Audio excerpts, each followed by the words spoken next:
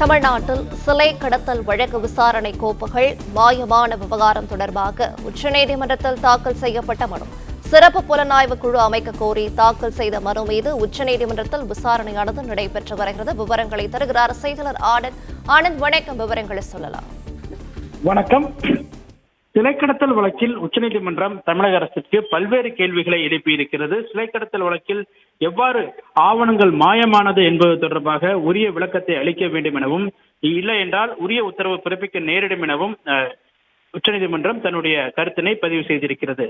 தமிழ்நாட்டில் சிலை கடத்தல் தொடர்பான வழக்குகள் மற்றும் அது தொடர்பான ஆவணங்கள் சம்பந்தப்பட்ட காவல் நிலையங்களில் இருந்து மாயமானதாக கூறி உச்சநீதிமன்றத்தில் யானை ராஜேந்திரன் ஒரு வழக்கு ஒன்று தொடர்ந்திருந்தார். அந்த வழக்கு உச்சநீதிமன்ற நீதிபதிகள் நாகரத்னா மற்றும் நீதிபதி மகாதேவன் ஆகியோருடைய அமர்வில் இன்று விசாரணைக்கு வந்தது. அப்பொழுது மனுதாரர் தரப்பில் ஆஜராகி இருந்த வழக்கினர் சிலை கடத்தல் தொடர்பான வழக்குகள் பல வழக்குகள் ஆவணங்கள் மாயமானதாகவும், சுமார் 38 காவல் நிலையங்களில் இருந்து 41 ஆவணங்கள் திருட்டு போய் உள்ளதாகவும், காவல் நிலைய பாதுகாப்பில் இருந்த ஆவணங்களே இதில் மாயமாகி இருப்பதாகவும் தெரிவித்தார். இது தொடர்பாக உரிய விசாரணை நடத்த வேண்டும்.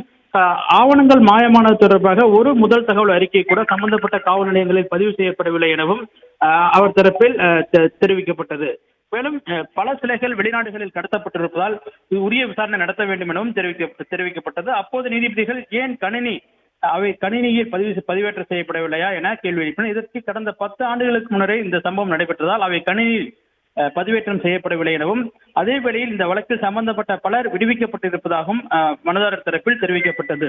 இதனை அடுத்து நீதிபதிகள் இந்த வழக்கு என்பது சிலை கடத்தல் தொடர்பான வழக்கில் ஆவணங்கள் தொலைந்தது எப்படி எனவும், அதற்கான காரணம் என்ன எனவும் நீதிபதிகள் கேள்வி எழுப்பினர்.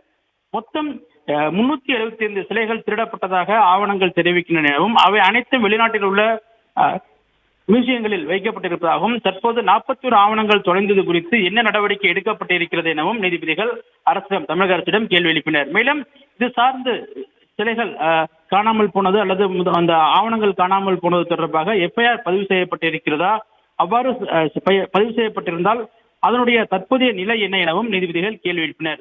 இதன் காரணத்தை நீங்கள் விளக்கவில்லை என்றால் தமிழக அரசினுடைய தலைமைச் செயலாளரை நேரில் ஆஜராக சம்மன் அனுப்ப நேரிடும் எனவும் நீதிபதிகள் தங்களுடைய கருத்தினை பதிவு செய்தனர். மேலும் சிலை கடத்தல் தொடர்பான வழக்குகளில் இவ்வளவு மெத்தனமாக இருப்பது ஏற்றுக்கொள்ள முடியாது எனவும் தெரிவித்த நீதிபதிகள் திருடப்பட்ட சிலைகள் வெளிநாட்டு மியூசியங்கள் வைக்கப்பட்டுள்ளது குறித்து எடுக்கப்பட்ட நடவடிக்கைகள் என்ன எனவும் நீதிபதிகள் கேள்வி எழுப்பினர். மேலும் வழக்கு பதிவு செய்யப்படவில்லை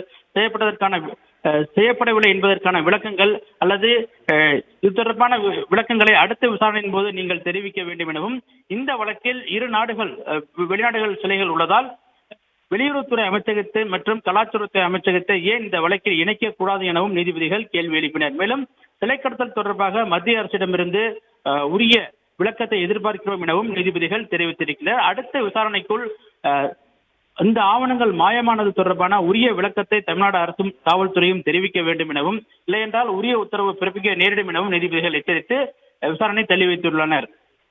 பிளே ஸ்டோர் மற்றும் ஆப் ஸ்டோரில் இருந்து பாலிமர் செயலியை QR கோடு மூலம் பதிவிறக்கம் செய்யுங்கள்.